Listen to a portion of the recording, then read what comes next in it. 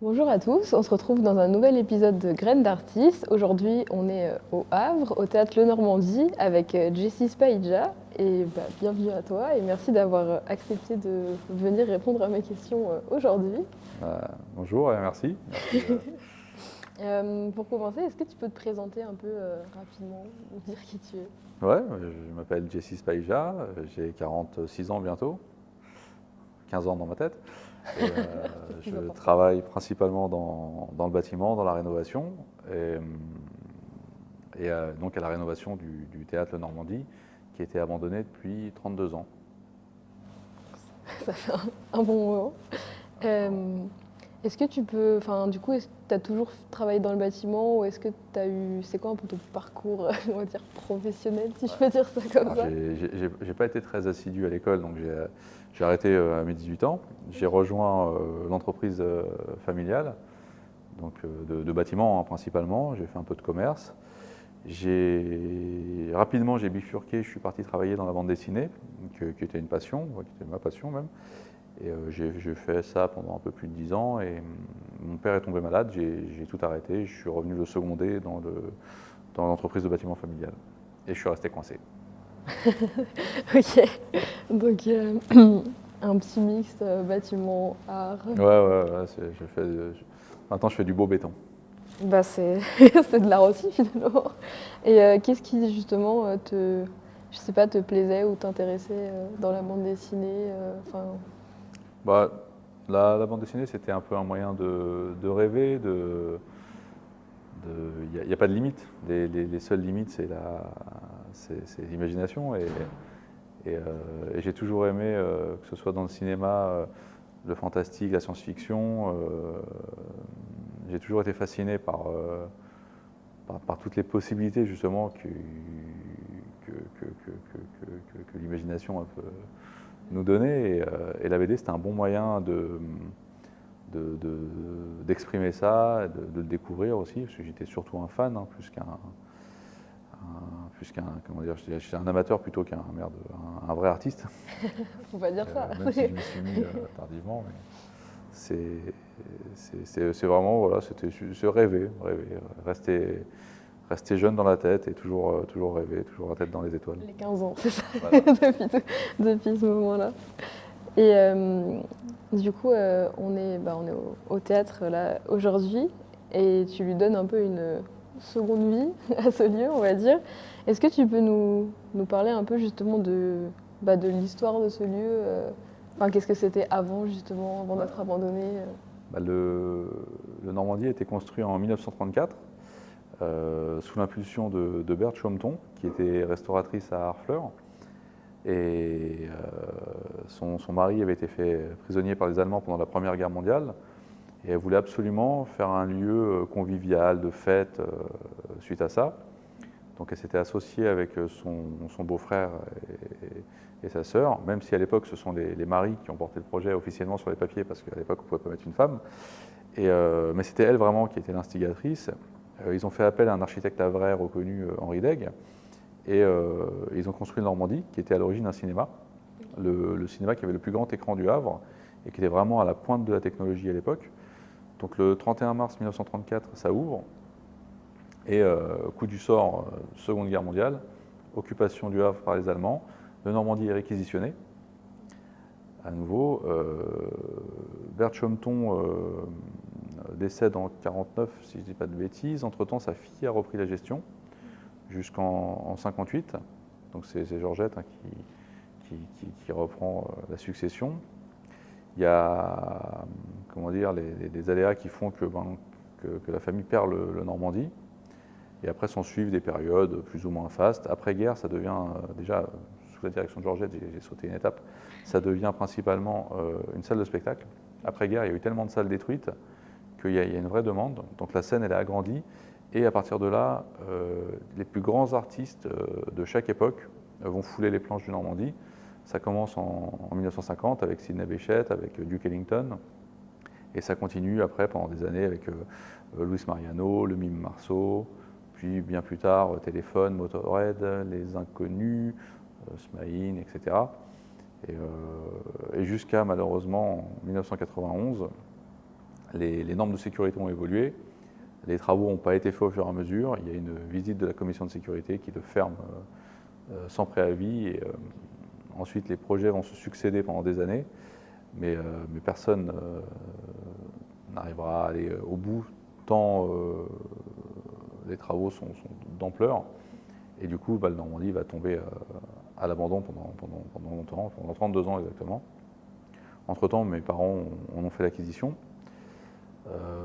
mais ils n'ont pas eu le temps et les sous pour le rénover. Et j'ai décidé, quand j'ai perdu mon papa, de lui rendre hommage en faisant ce que lui, il n'a pas eu le temps de faire. Et justement, donc il y avait toute cette histoire, enfin déjà assez longue, on va dire, sur le théâtre. Et comment on se lance dans un projet comme ça? Parce que du coup, donc il était déjà, enfin, vous l'aviez déjà en possession. Mais comment on se lance dans des travaux d'ampleur, surtout que c'est un théâtre, enfin, c'est pas non plus n'importe quel bâtiment. Et puis même après, il faut en faire quelque chose aussi une fois qu'il est rénové. Donc, je vais te dire, 3 mois à peu près avant de nous quitter, mon père il m'a demandé, mais s'il te plaît, refais-le. J'ai toujours bossé avec mon père dans le bâtiment, donc c'est quelque chose que je connais. Il me dit refais-le. Je dis non, c'est trop dur, il y en a pour des années, je suis fatigué, j'ai envie de rester avec les enfants, j'ai pas envie de me lancer là-dedans, c'est trop. Et coup du sort, il nous quitte. Il était malade depuis longtemps, mais il était en rémission complète. Et finalement, il a une maladie auto-immune qui se déclenche et il nous quitte en 24 heures. Donc vraiment brusquement, on le perd. Je suis avec lui en plus jusqu'à la fin quasiment. Et de là, je me retrouve ici pour mettre un peu d'ordre parce que le bâtiment est en péril, il faut réparer un petit peu parce que la mairie nous met la pression justement pour qu'il ne soit pas dangereux pour les riverains, pour les passants. Et de là, je viens de perdre mon père, je me retrouve ici. Au début, je veux juste faire des retouches. Après, je me dis, bon, allez, ça fait mal au cœur. Il y avait des gens qui voulaient le racheter pour faire une salle de sport ou alors une pharmacie. Et je vois le bâtiment, il est beau, c'est un morceau d'histoire, il n'y en a pas beaucoup au Havre en plus. Et je me dis, c'est dommage, j'ai pas envie. Donc, ce que je vais faire, je vais réparer, je sais faire. Je vais réparer ce qu'il faut réparer en urgence. Ensuite, je trouverai un locataire, je lui ferai 10 ans de loyer gratuit et il fera ses travaux tranquillement et moi, je vais continuer à vaquer à mes occupations. Finalement, je commence et on avance et en fait, on se prend un peu au jeu. De là, j'ai une journaliste qui passe, qui me dit, est-ce que je peux, c'est super, il y a de la lumière, est-ce que je peux vous interviewer? Bon, ouais, c'est marrant, on n'a jamais fait ça, donc pourquoi pas. Okay. À part que le lendemain, je vais à Carrefour et première couverture et double page intérieure. La renaissance du Normandie, ça met la pression. Et donc, je suis en couverture du journal et je me rends compte du coup un peu de l'importance du bâtiment pour la ville. Et moi, je savais qu'il était important pour mes parents. Maintenant, je vois qu'il est important pour la ville. Et je commence à m'intéresser un petit peu à l'histoire du lieu. Et je n'avais pas idée à quel point il y avait des artistes prestigieux qui étaient venus ici, et pendant aussi longtemps. De là, de cet article, il y a des associations qui viennent me voir, qui me proposent de m'aider, avec des bénévoles qui ont des connaissances, qui ont des compétences. Il y a des entreprises qui viennent me voir, notamment pour la façade, qui viennent me proposer de m'aider. Je leur dis, mais écoutez, je n'ai pas les moyens. Non, mais on va aider. Et en fait, de là, il y a un cercle vertueux qui se met en place. Et donc, de juste faire des réparations, je me retrouve à rénover complètement un théâtre, ce qui n'est pas mon métier. Le bâtiment, je connais. Le spectacle, après, il faudra que je m'entoure de professionnels pour la programmation. Mais du coup, c'est un projet qui n'a pas de logique économique. C'est vraiment une succession de circonstances et de décisions qui m'a amené là. C'était absolument pas prévu au départ. Et même quand j'ai commencé, c'était pas prévu d'aller au bout à ce point-là.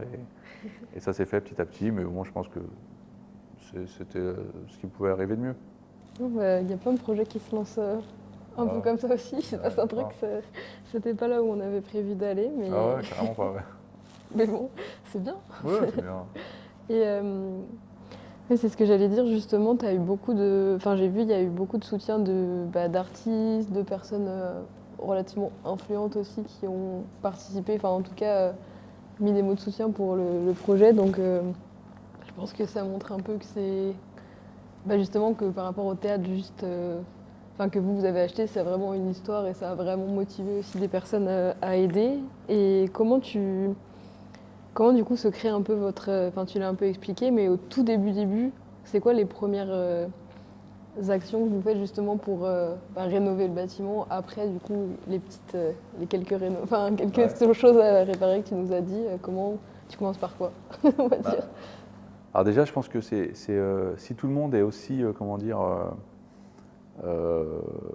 pour aider, pour que ça se fasse, etc., c'est parce que, bon, déjà, ça fait longtemps que tout le monde croyait que c'était un bâtiment qui était perdu.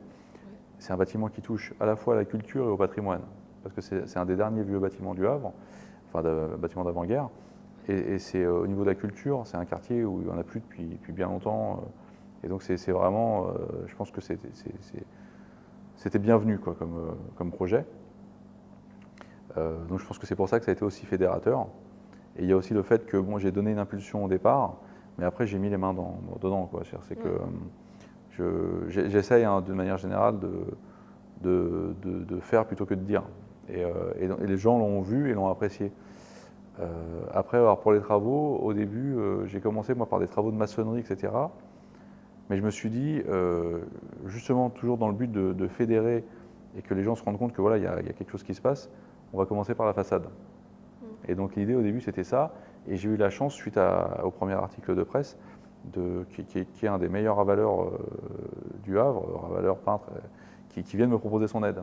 Okay. Et donc ça m'a grandement simplifié la vie, parce que du coup, lui il est venu et il m'a enlevé une sacrée épine du pied, parce que si j'avais dû faire moi, avec juste les moyens du bord, ça aurait été fait bon, déjà moins bien et moins vite surtout.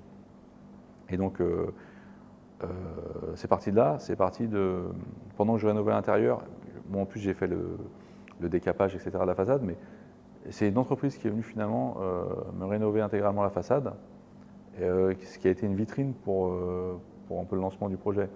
Et ce qui a permis beaucoup de médiatisation, beaucoup d'articles dans la presse, de petits reportages, etc. Et ça nous a beaucoup aidé. C'est sûr que c'est une façade qui se remarque et qui dénote un peu autour des... C'est singulière, ouais. Et du coup, comment vous avez... vous avez repris un peu la façade du coup de l'époque. Est-ce qu'il y avait une vraie volonté justement de refaire un peu à l'identique que c'était avant, ou c'était quoi un peu l'idée derrière la rénovation? Vous vouliez changer ou garder au contraire un peu le patrimoine et comment c'était Alors moi je voulais être extrêmement fidèle.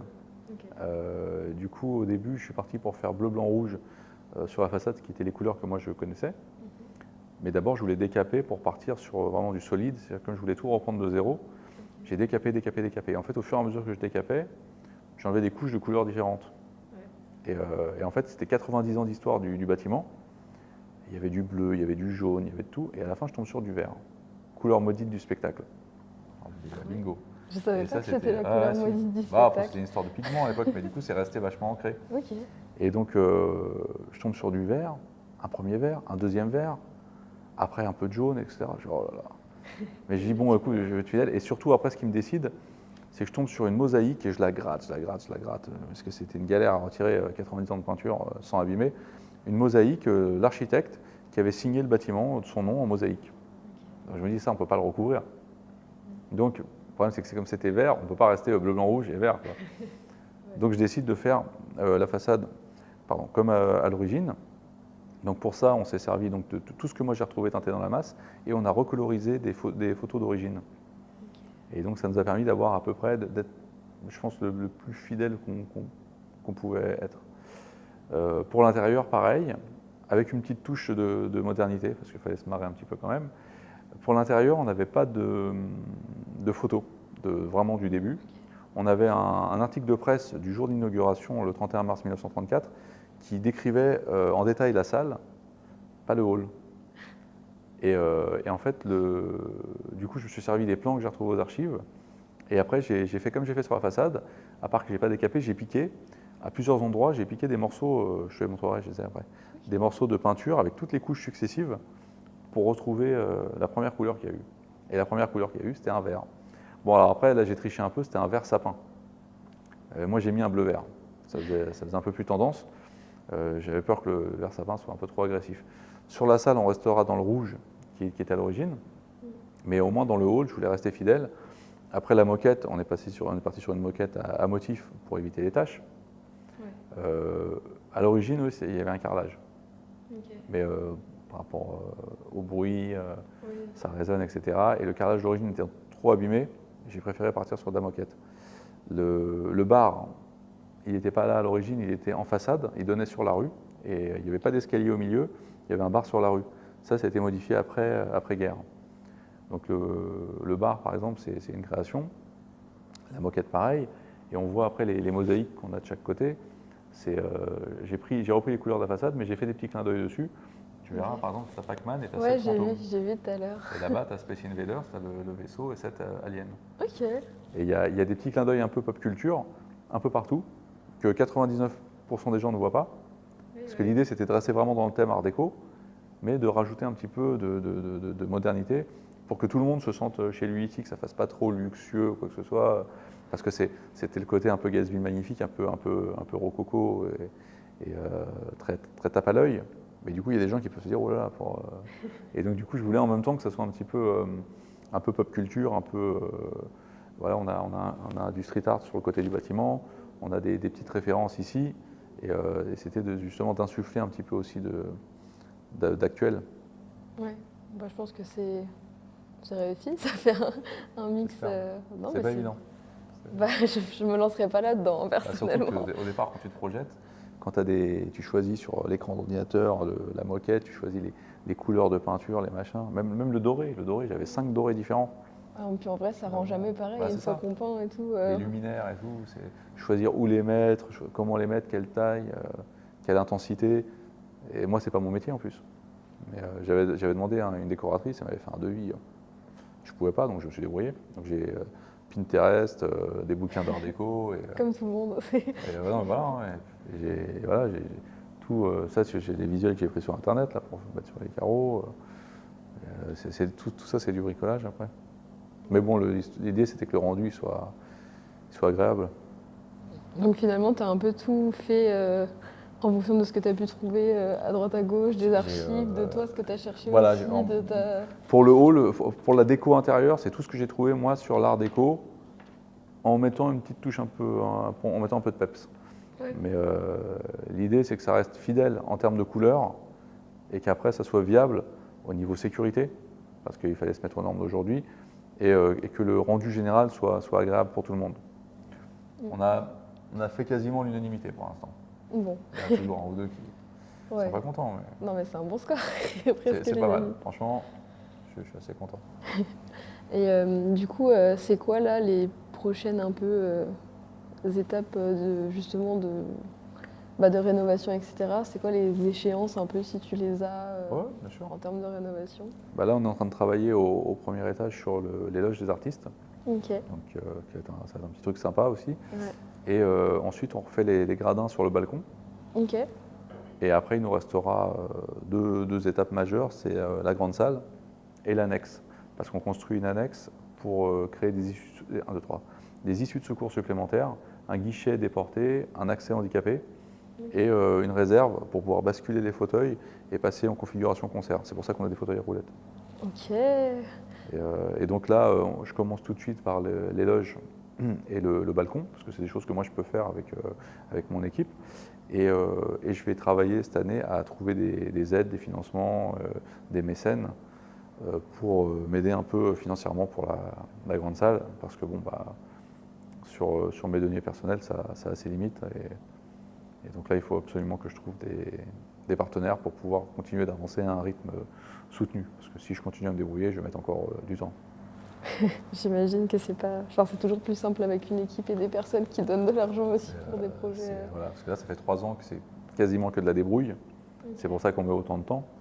Alors que là, dans l'année, ça peut être terminé si j'arrive à trouver quelques partenaires. Ça peut aller très vite parce qu'en plus, on a toutes les étapes difficiles, toutes les étapes structurelles sur la réparation du bâtiment sont passées. Maintenant, on est vraiment dans des embellissements classiques, du placo-plâtre, de la peinture, de la moquette, sur des choses simples. Ok. Mais cher. Oui. C'est ça le problème, c'est comme il y a de grosses surfaces, c'est tout de suite très onéreux. Ouais, c'est sûr que c'est pas une petite salle. Ah, Et justement, pour la grande salle, l'idée c'est c'est d'en faire une salle un peu de théâtre, mais qui peut passer en concert. C'est quoi l'idée du coup de alors, pour je suis encore en train de finaliser l'histoire de la dalle, c'est savoir si on fait une dalle inclinée ou droite, Ok. sachant que là, pour l'instant, l'inclinaison, elle est très faible, on a à peine 45 cm de dénivelé Ok. sur 23 mètres de profondeur, donc c'est rien du tout. Moi, je pensais la remettre plate en montant un petit peu la hauteur de scène, ce qui permettrait d'optimiser l'exploitation pour du concert, pour du cabaret, pour des expositions, des séminaires, des combats de boxe ou de catch par exemple. Ok. Ça permettrait de pouvoir tout faire. Par contre, au niveau théâtre, le public serait pas aussi proche de la scène que, en général, je sais que les troupes de théâtre aiment jouer plus bas, avec une salle inclinée, et pour être au plus près du public. Mais on peut pas avoir les deux. Donc j'ai un choix à faire, c'est soit favoriser le confort des troupes de théâtre, soit favoriser absolument tous les Ouais. autres types d'art. C'est un... Et la configuration de la salle, elle me dirait plutôt de faire du plat par rapport au niveau sol et tout. Je ne pourrais jamais créer l'inclinaison suffisante pour avoir une bonne courbe de visibilité, Ok. alors que rattraper les 45 cm, C'est plus simple. D'accord. Et ce serait une salle à combien de... Enfin, je sais pas si c'est facile à dire là Ah, maintenant je tout de suis suite, sûr, mais à combien de spectateurs à peu près? alors on est grosso modo, j'espère à peu près 600 places assises et 1200 en configuration debout. Ok. Sachant que tout ça c'est soumis à validation après de la commission de sécurité et qu'il y a des normes qui ont évolué, qui sont draconiennes parce qu'auparavant, cette salle elle accueillait 1250 personnes assises. Ok. Le balcon, à lui tout seul, il accueillait 550. Ah Aujourd'hui, ouais, moi, c'est énorme. réglementairement, le balcon, je pourrais en accueillir 280, mais il me manque 8 cm de passage dans les escaliers, donc ça bascule à 200. Ah ouais, ça c'est. Donc Il y a une c'est, différence énorme. bah ouais, donc on passe de 550 à 200 sur le balcon. Bah ouais. Donc c'est pour ça il y a des choses comme ça dont on ne Ouais. peut pas faire grand-chose. On décide pas. Mais bon, quoi qu'il arrive, ce sera mieux que c'était avant. Ah bah il y aura, Enfin, avant, il y quand aura c'était fermé. il y aura du monde déjà dans Ouais, la salle. bah, Et qu'est-ce que j'allais dire? C'était important pour toi aussi de un peu remettre en contact justement ce lieu aux personnes, enfin c'est plus les personnes, mais aux familles en tout cas qui avaient le théâtre avant, qui l'avaient créé, qui l'avaient utilisé, parce que je sais que tu as interviewé justement, c'est les petits-enfants, enfants, etc. Tu voulais vraiment aussi je sais pas, les ramener un peu au lieu et les inclure dans le projet aussi, ou bah, c'était... non, bah, j'étais ravi, parce que j'ai découvert au fur et à mesure qu'il y avait encore bah, les descendants de ceux qui sont à l'origine du Normandie, qui étaient dans le coin et qui s'y intéressaient d'ailleurs. Et je pense qu'il y a un devoir de mémoire et j'étais ravi de pouvoir les associer de différentes manières au projet. De savoir par exemple que c'est l'arrière-petit-fils de Bert Chomton qui a rénové la toiture. Je trouve ça génial. Ouais, ça... Et, et donc non, je trouvais ça super important, même pour comment dire, ressentir un peu l'identité du lieu, pour avoir des souvenirs, parce que selon les unes et les autres que j'ai rencontrées, j'ai eu plein d'anecdotes. Il y en avait qui emballaient les bonbons pour préparer pour l'entracte, il y a des trucs comme ça. Et c'est des détails, et en fait, moi, ça m'a permis de m'imprégner un petit peu de l'histoire. C'est que même quand tu refais la déco, c'est des tranches de vie qu'on va raconter, c'est vraiment des époques. Et de les revivre à travers des discussions comme ça, à travers des photos, c'était absolument génial, parce que moi j'aime beaucoup l'histoire aussi de manière générale, et je trouve que c'est important. Comment dire, il faut partir du passé. Il ne faut pas vivre dans le passé, mais il faut absolument, je pense qu'il faut, il faut s'en servir, quoi. On doit pas oublier. Pour moi, la mémoire, c'est important. Et je trouve ça super de pouvoir échanger, les accueillir, les mêler au projet. Je trouve ça génial. Oui, puis je pense qu'eux aussi, ils sont heureux et contents justement de participer et de... Je sais même pas s'ils s'attendaient un jour à ce que ça soit repris ou à pouvoir y retourner finalement après. Bah ouais, Donc je pense pas, je pense que c'est super chouette. reçu une lettre de Monique et Nicole, d'ailleurs, que j'ai gardée, qui était touchante, qui était vraiment touchante. Et je leur ai dit, ça fait partie des trucs parce que faut savoir qu'au début, quand j'ai commencé, personne n'y croyait, tout le monde s'est foutu un peu de moi, à juste titre, hein, c'est normal. Hein. Et j'avoue que tu te sens tout petit hein, par rapport à ce gros bâtiment, dans l'état qu'il était, on se sent tout petit. Et de temps en temps, c'est un petit mot, c'est un petit truc qui te redonne comment dire, le petit coup de boost qu'il faut. Et tu vois, genre un soir, on a des journées, tu vois, je fais des journées de 15 heures et je rentre à la maison le soir, je regarde la boîte aux lettres et je tombe sur ce courrier, mais adorable, bienveillant, et ça touche. Et je dis putain, mais ça te motive, c'est tous ces petits trucs-là, ces petits mots, même quand je passe dans la rue, les gens, mais t'es le mec du Normandie, ouais, bravo, et tout. Et c'est pas ça, c'est des petits trucs, ça te fait un petit frisson et tu te dis, ouais, bah, je le fais pour quelque chose. En fait, c'est un truc qui fait plaisir à tout le monde. Bon, ça me fait plaisir à moi aussi. Hein. C'est gratifiant de pouvoir travailler dans un lieu où il y a des artistes aussi illustres qui sont produits. Mais de savoir que ça fait du bien, que ça change des idées un peu à tout le monde autour de moi, bah, je trouve que c'est plutôt cool. Tu vois, quand tu vois l'actualité générale, c'est pas toujours ça. Ouais, c'est ça. Faut pas regarder les infos. Je trouve que c'est sympa parce qu'au final, je vois partout où je vais, bah, tu es accueilli avec un grand sourire parce que les gens ils kiffent de voir bah, un truc un peu fou, quoi, un truc qui sort un peu de l'ordinaire, un truc qui revient à la vie alors que plus personne n'y croyait.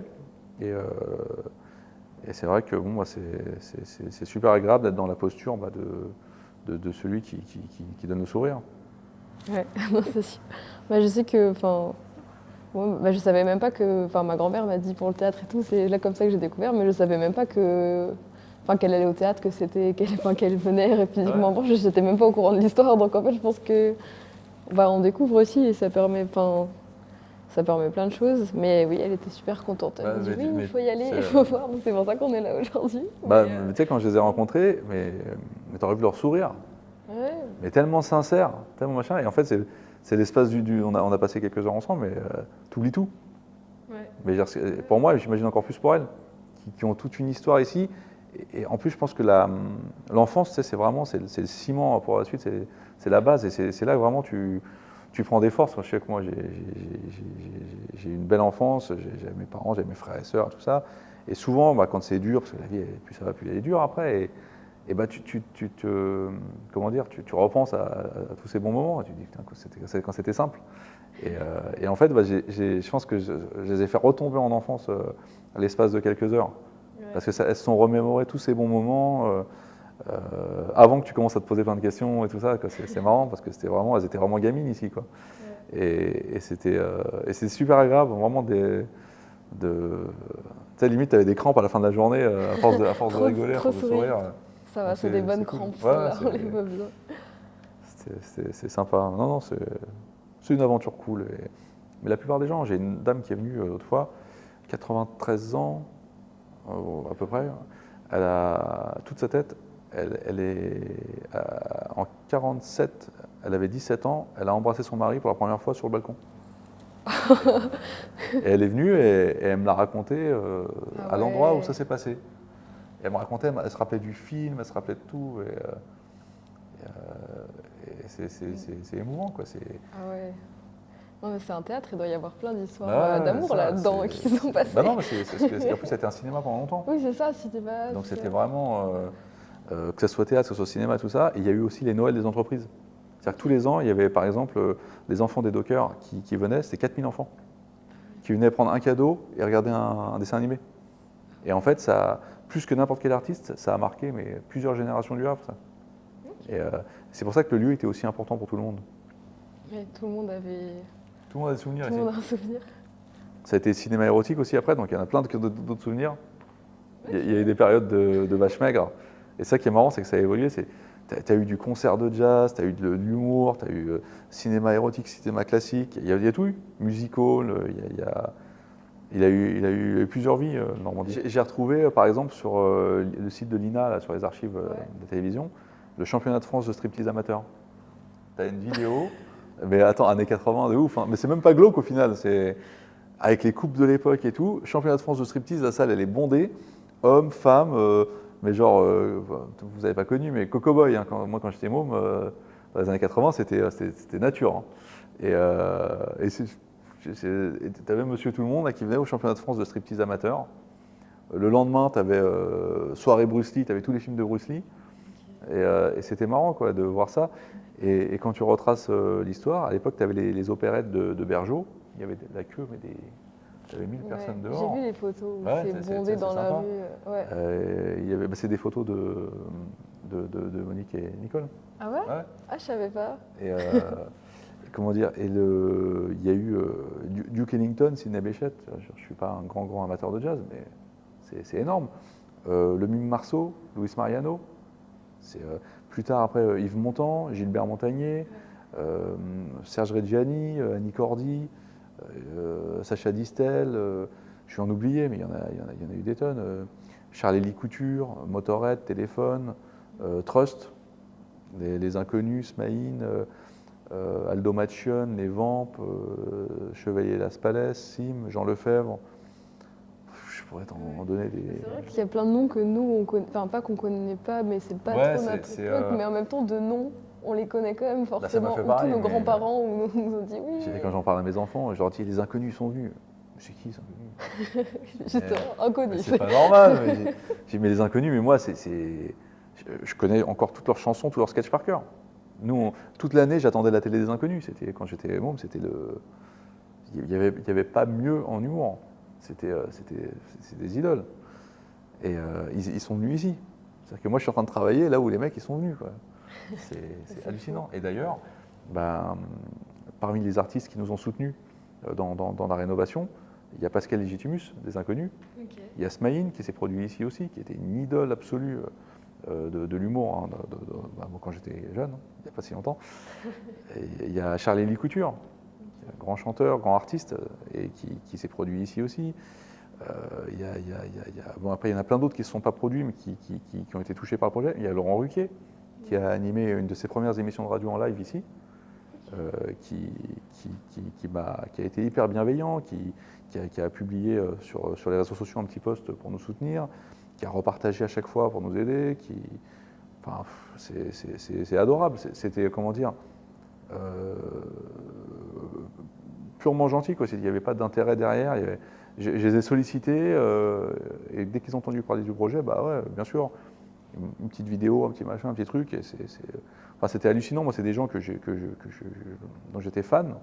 Par exemple, Smaïn, je le contacte, il me répond, ouais, mais je me rappelle, il m'envoie son numéro de portable. Et c'est un gars, moi j'allais louer les cassettes au vidéoclub, j'étais comme un fou de ces spectacles, parce que nous à l'époque il n'y avait pas internet et tout, on galérait. Ouais. Et fallait attendre que ça passe à la télé ou il fallait louer les vidéocassettes. Et là aujourd'hui, le gars il me donne son numéro de portable et il nous aide. Ouais. C'est juste hallucinant. Pascal Légitimus, pour moi c'est comme DiCaprio. C'est une superstar, c'est une idole. Et pareil, aujourd'hui, je peux échanger avec ce gars-là qui m'aide pour le projet, c'est fou. Ouais. Donc c'est ça qui est génial, mais bon. En plus, c'est super que des gens qui ont pu venir avant, etc., finalement puissent revenir ou en tout cas participer à la rénovation. Il y en a plein d'autres, parce qu'il y a Julien Ruti de la bande à Fifi qui nous a soutenus, tu vois, ça c'est plus actuel. Il y a Nawal Madani. Pareil, qui nous a soutenus, c'est dingue, quoi. Enfin, tu sais, moi j'étais dans le bâtiment, c'est surréaliste de se retrouver à parler avec des artistes célèbres, reconnus, c'est fou, quoi. Que ces gens-là, ils te donnent des coups de pouce, bah, symboliquement, je trouvais ça super fort. C'est là qu'on voit qu'il y a quand même des fois des bons projets qui ressortent. Ouais, non, c'est marrant. Ouais, c'est pas que du business, quoi. C'est marrant. Franck Dubosc, tiens. Franck Dubosc, qui est originaire du coin, qui nous a fait une petite vidéo super sympa aussi. C'est vrai que j'ai découvert qu'il y a beaucoup d'artistes qui viennent de Normandie, finalement. Ouais. C'est une belle région. Hein. Bah oui, mais... Tu sais que Le Havre, premier port de France en transport, en fret, deuxième en tourisme, c'est une sacrée ville. Hein. Il y a beaucoup d'entreprises, beaucoup de trucs. Et la Normandie, hein, c'est un poumon économique, hein, de toute façon. Oui, il s'y passe des choses, c'est sûr. Ouais. Euh, Il pleut beaucoup, mais pas que. Mais ils viendront à l'intérieur voir Ah, ce ouais, qui fera c'est ça. comme ça pour éviter la météo. Alors, donc, en plus de tout ce qui se passe déjà au théâtre, tu vas aussi sortir une BD justement sur l'histoire du Je théâtre. suis Donc revenu ça rejoint un peu c'est je suis revenu à Premières tes Amours. premières passions. Pourquoi ce choix? Alors, le plus difficile dans le Normandie depuis 3 ans, c'est que je suis absent à la maison. C'est qu'en fait, j'ai 3 enfants. Bon, il y en a 2 qui sont grands, hein, qui ont 22 et 18 bientôt. Et ben, j'ai la troisième qui a 9 ans, avec qui c'est fusionnel. Et elle ne comprend pas que depuis 3 ans, bah, souvent je dors pas à la maison. Bah, les journées elles sont à rallonge, je suis beaucoup moins présent. Et en fait, bah, à chaque fois, j'essayais de lui expliquer un peu ce que je faisais. Et elle s'en fout, elle, Normandie.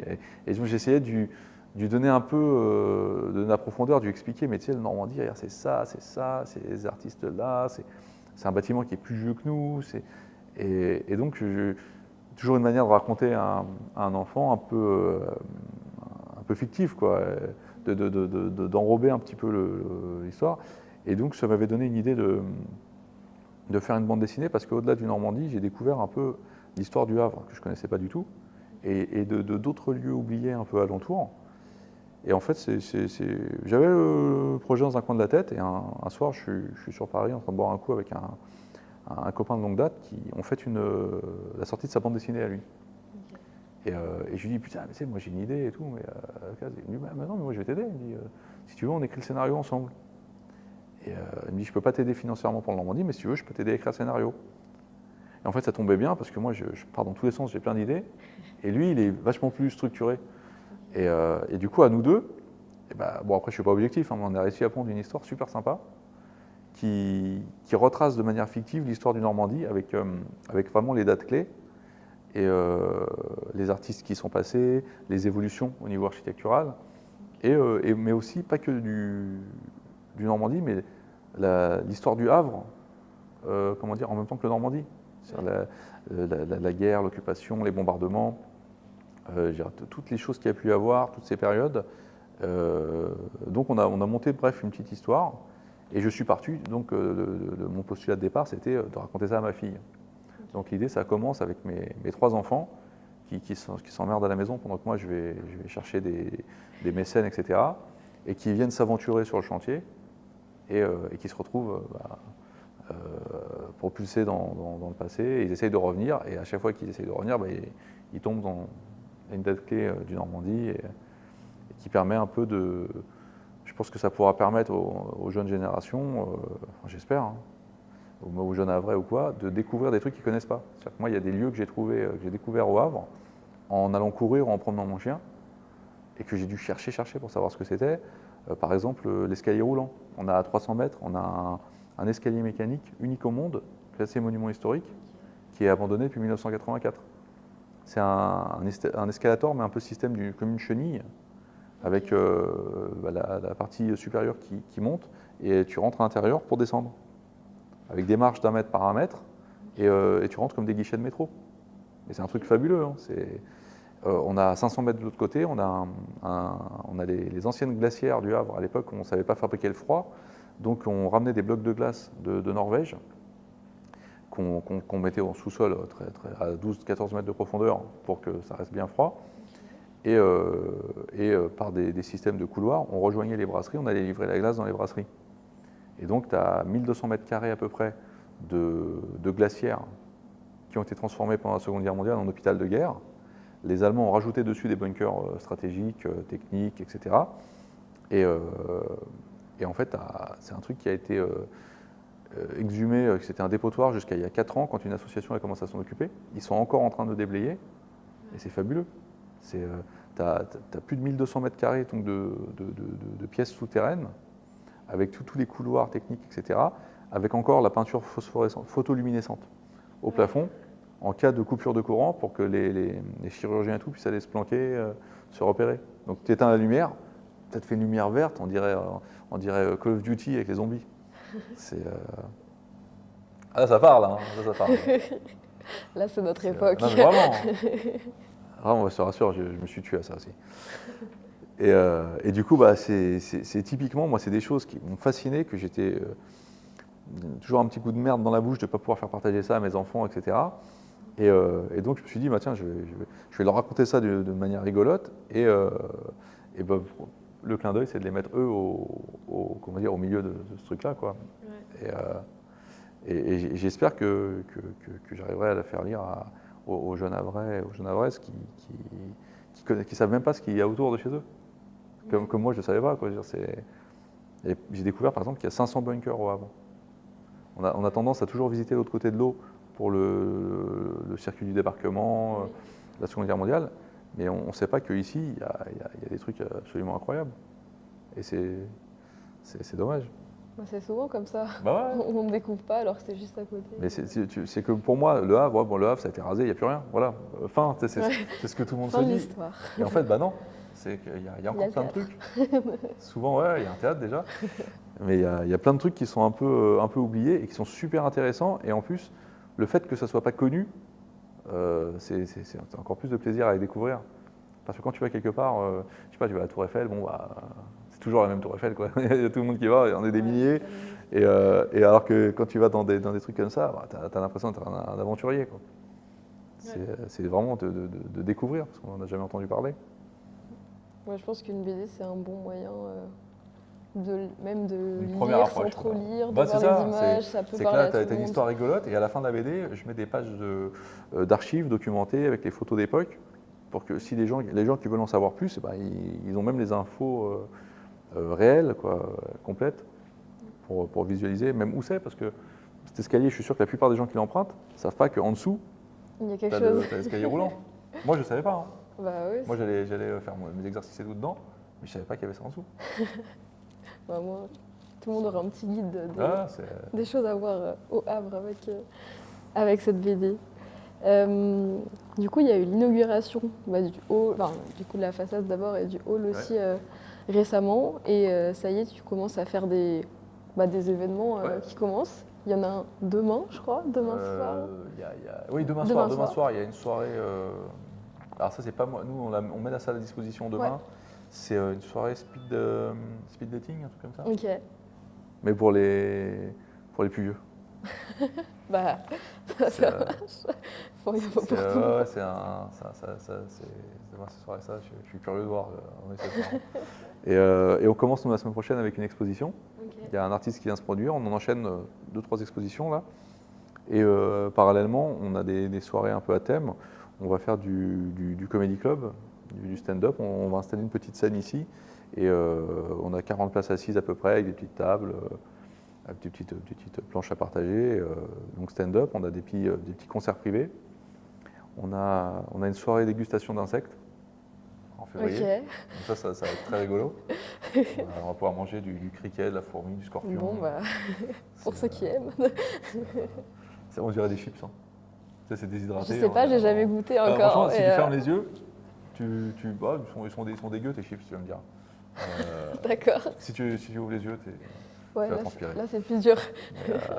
Mais l'idée, c'était de ramener un peu de culture, de réhabituer les gens à rentrer, et donc de faire quelque chose justement d'assez varié pour que personne ne se sente exclu, et justement ramener des choses décalées, des choses pour les jeunes, des choses pour les moins jeunes.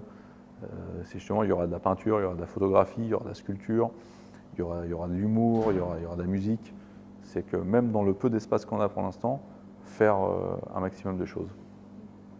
Oui, il y a quand même un petit espace pour le moment pour des expositions, etc. Et c'est toi, du coup, qui choisis un peu les personnes qui viennent, les artistes, les projets, ou est-ce qu'il y en a, j'imagine, qui te proposent aussi de venir? Comment ça pour l'instant, c'est moi qui me débrouille, qui sollicite certains artistes. Il y en a qui sont venus me voir aussi. Hein. Donc, moi, en général, je dis oui à tout le monde. Hein. Je donne sa chance à tout le monde. Hein. C'est l'idée. Non, c'est comme ça que j'ai fait mes plus belles rencontres. Hein. C'est en ne fermant pas la porte, quoi. Et je suis ouvert s'il y a des artistes qui veulent se produire ici. je suis complètement ouvert. Mais moi, pour l'instant, j'ai essayé de faire avec les idées que j'avais. On va faire une expo, par exemple, de bornes d'arcade. C'est les jeux vidéo à l'ancienne. Et on va essayer de faire des choses justement assez variées. Donc pour l'instant, c'est moi qui ai démarché quasiment tout le monde. Et j'espère que je vais avoir des retours en retour des gens qui vont avoir envie de venir exposer ou de venir se produire ici. Ouais, j'espère aussi. Donc finalement, même si au départ tu n'étais pas du tout prédestiné à ça, finalement, est-ce que ça te plaît voilà, c'est la rénovation encore, mais justement un peu tout le côté artistique de programmation, de faire venir des gens, etc. Est-ce que finalement même si c'est pas ton premier métier, c'est quelque chose qui te... C'est absolument génial parce que moi je suis un kiffeur à la base. Donc moi j'aime bien rigoler, j'aime bien la musique, j'aime bien le monde. Donc c'est un plaisir de pouvoir appeler un peu tout ce que tu aimes. Ah, tiens, viens exposer, viens chanter, viens nous faire marrer. Ça, je crois qu'il n'y a personne qui peut ne pas aimer ça, quoi. Faut aimer le spectacle, l'art, etc. Ouais, moi je suis fan de découvrir. Là, le gars qui vient exposer lundi, il fait une œuvre spéciale pour le Normandie où il a fait une espèce de une composition avec un peu tous les artistes qui sont passés ici. Il m'a expliqué, il ne m'a pas fait voir encore le résultat, mais c'est absolument génial parce qu'en plus, tu as une œuvre dédiée au Normandie, quoi. Et pareil, tiens, par exemple, pour la bande dessinée, j'ai fait appel, il y a un artiste qui nous aide depuis le début, qui s'est produit à plusieurs reprises ici, qui a enregistré des clips, c'est Nino Godfunk. Il est connu localement, il commence à être connu un peu, parce qu'il il y a une autre chanson qui a été rachetée pour une publicité au Canada, justement. Comment dire, la BD, je cherchais comment justifier le voyage dans le temps. Et en fait, nous, pendant les travaux, on a redécouvert des dizaines de tickets d'époque. Planqués, les gens ils balançaient des tickets et des bâtons d'esquimaux derrière les doublages du balcon. Ah oui, ok. Parce qu'il n'y avait plus de siège. Et en fait, quand je les ai arrachés, je tombe sur les tickets, mais c'est une mine d'or pour moi. Ouais, oui. Et en fait, j'ai repris un ticket d'époque. On l'a reproduit, on a juste changé le numéro, on l'a remplacé par la date d'ouverture. Okay. Et j'en ai fait des stickers et tout ça. Et en fait, ça part de là, c'est dans la BD, c'est que les enfants trouvent un ticket, mais ce ticket, il est magique. Mais alors, comment il est magique? J'ai cherché une idée. Et en fait, je suis tombé sur une chanson, Blue Moon, une vieille ballade, qui a été écrite en 1933 et diffusée pour la première fois en 1934, exactement comme la Normandie. Et je me suis dit, bingo, on va dire que c'est les soirs de lune bleue. Ouais. Donc la lune bleue, vulgairement, c'est la deuxième pleine lune du mois, ça arrive une fois par an. Et donc je me suis dit, voilà, Blue Moon, ça a été repris par 70 artistes différents au moins, à travers les décennies. Et pile poil, cette chanson-là, elle est faite la même année, elle sort la même année. C'est un signe. Et du coup, j'ai demandé à Nino Godfunk, est-ce que ça te dirait de faire une version revisitée de Blue Moon? Il m'a dit OK. Et donc là, on est en train de voir pour les droits.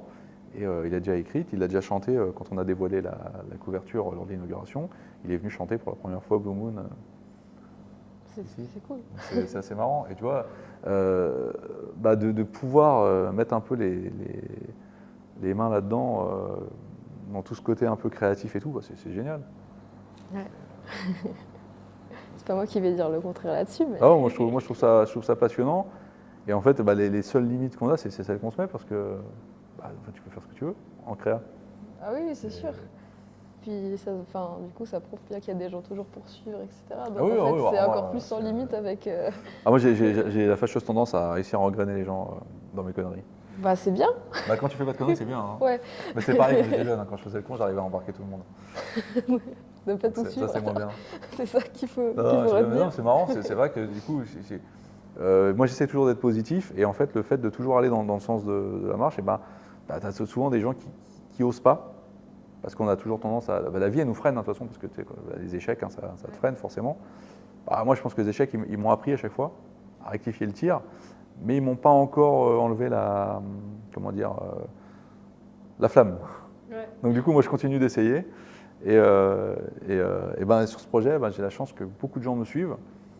Et après, en fait, c'est eux qui te donnent l'énergie, parce que tout seul, tu ne fais rien du tout. Hein.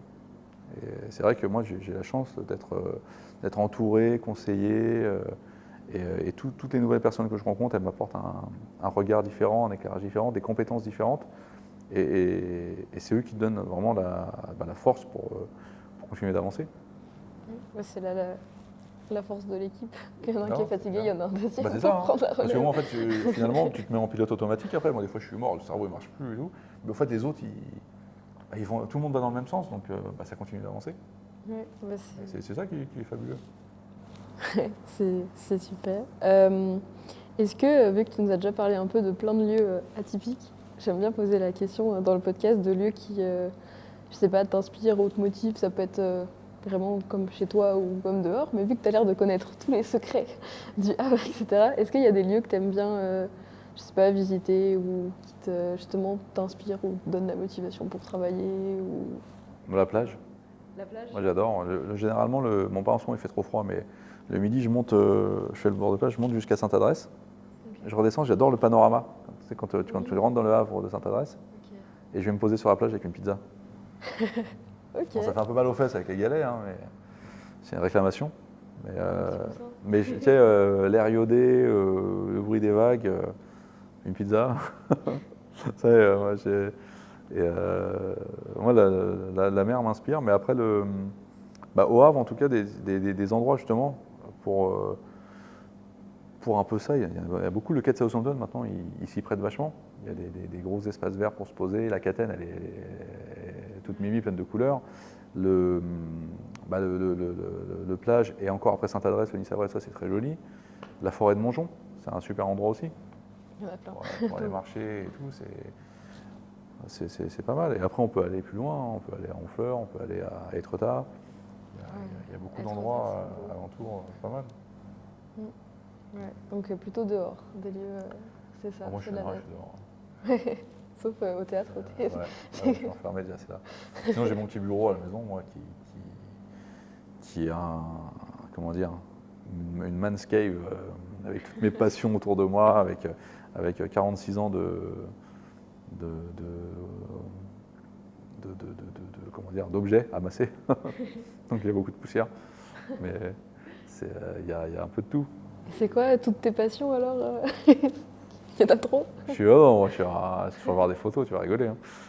Non, moi, j'aime la bande dessinée, le dessin animé, la science-fiction, tout ce qui permet de s'évader.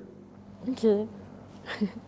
C'est quoi alors tes recommandations de meilleurs BD ou dessins animés justement que tu C'est large, recommanderais? hein. Ah oui, c'est très large, mais tes préférés. Il y a des coups de cœur. C'est dur, hein. Il y a trop de choix, j'avoue, c'est pas gentil comme question. Je sais même pas quoi dire.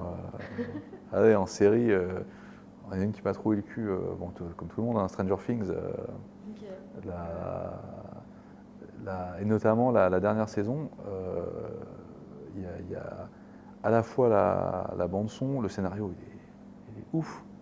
Je crois qu'il y a une des plus belles scènes que j'ai vues au cinéma.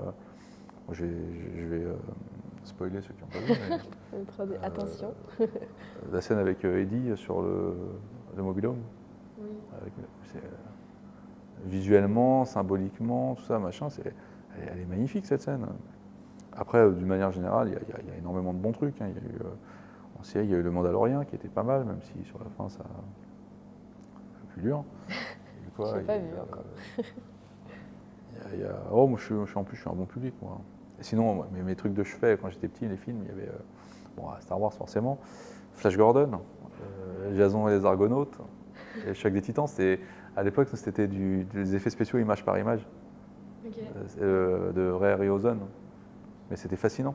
Ah bah oui. Et moi, quand j'étais enfant, mais ça m'a traumatisé, ça. Il y a ça. Après, en BD, c'est très très large et c'est très varié. Il y a de tout. Hein. J'ai beaucoup aimé, j'ai lu il n'y a pas longtemps Universal War One. Okay. C'est une espèce de monument de science-fiction et l'auteur, il n'a pas fini complètement l'œuvre.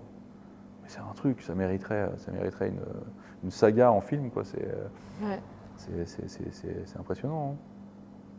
En bouquin, Game of Thrones, après il y a la série qui est un peu en dessous, mais Game of Thrones c'était pas mal. Un peu en dessous, on vote pour les livres. Disons que ça a super bien commencé.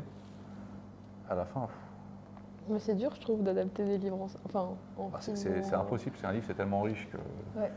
que c'est dur, mais des fois c'est une manière plus simple de rendre accessible l'œuvre. Oui. Parce que tout le monde ne va pas se taper. C'est des briques en plus à chaque fois. Et attention comment il détaille. Hein. Par contre, je t'explique comment il détaille. Je ne sais pas si tu les as lus, non? Non, j'ai pas regardé la série ni rien. Ah bah Mais je préfère un peu lire, dur. donc si les livres sont. Bah écoute, les livres sont absolument géniaux, à part qu'il a une manière d'écrire qui est chiante parce qu'il te détaille, mais chaque odeur, chaque matière, chaque machin. Ok. Alors au début, tu mets un peu de temps à rentrer dedans, mais après, tu as l'impression d'avoir vécu la scène. Genre, des fois, j'ai l'impression de sentir l'odeur du cuir, du machin, du truc. Tellement il te décrit les scènes et il t'emmène en fait là où il veut. Et c'est Martine. Et c'est assez fascinant. Et c'est riche, hein, c'est un univers. C'est très riche. Hein, ils avaient très très bien commencé en série. Bon. Après, moi j'aime tout. Hein. Mais voilà. J'adore Tarantino, j'adore tout. Faut être curieux, hein, c'est bien. C'est une bonne qualité. On va arriver à la fin de la discussion, même si je pense qu'on pourrait parler encore beaucoup trop de, Ah ouais, trop de moi, temps. t'as pas fini. Hein. On prend Prends une l'épisode. bouteille d'eau, juste sinon on va Un se épisode 2. Est-ce que je sais pas, il y a dernière chose que tu aurais envie de dire ou peut-être les prochaines, je sais pas, échéances ou choses pour les personnes qui voudraient peut-être venir voir ou je sais pas. Tous ceux qui veulent venir voir, il y a des expositions de manière récurrente maintenant qu'on peut trouver sur les réseaux sociaux, sur notre site. Okay. Enfin, en tout cas, trouver les horaires. Et vous êtes les bienvenus, hein. C'est entrée libre et venez découvrir, venez voir ce qu'on a fait, venez voir ce qu'il reste à faire. Et parlez-en autour de vous. On cherche des partenaires, on cherche des mécènes. S'il y a des entreprises qui ont envie d'aider avec des matériaux, avec des prestations ou avec des sous, on prend avec plaisir. Comme ça, après, je pourrais aller rénover un autre théâtre. Non, Tous les théâtres de la Normandie bientôt. Ouais. Non, mais qu'on le finisse celui-là le plus vite possible et de la meilleure des manières. Mais non, sinon, n'hésitez pas, on prend les conseils, on prend les suggestions, on prend tout avec plaisir. Eh ben, merci beaucoup pour la discussion, pour l'épisode. Et puis, je pense que ça va intéresser beaucoup de monde et il y a eu beaucoup de contenu. Je pense qu'on leur mettra des petits extraits, couper au montage. une petite visite, un petit extrait pour qu'ils puissent voir le lieu. Et puis voilà. Merci beaucoup à toi. Avec plaisir.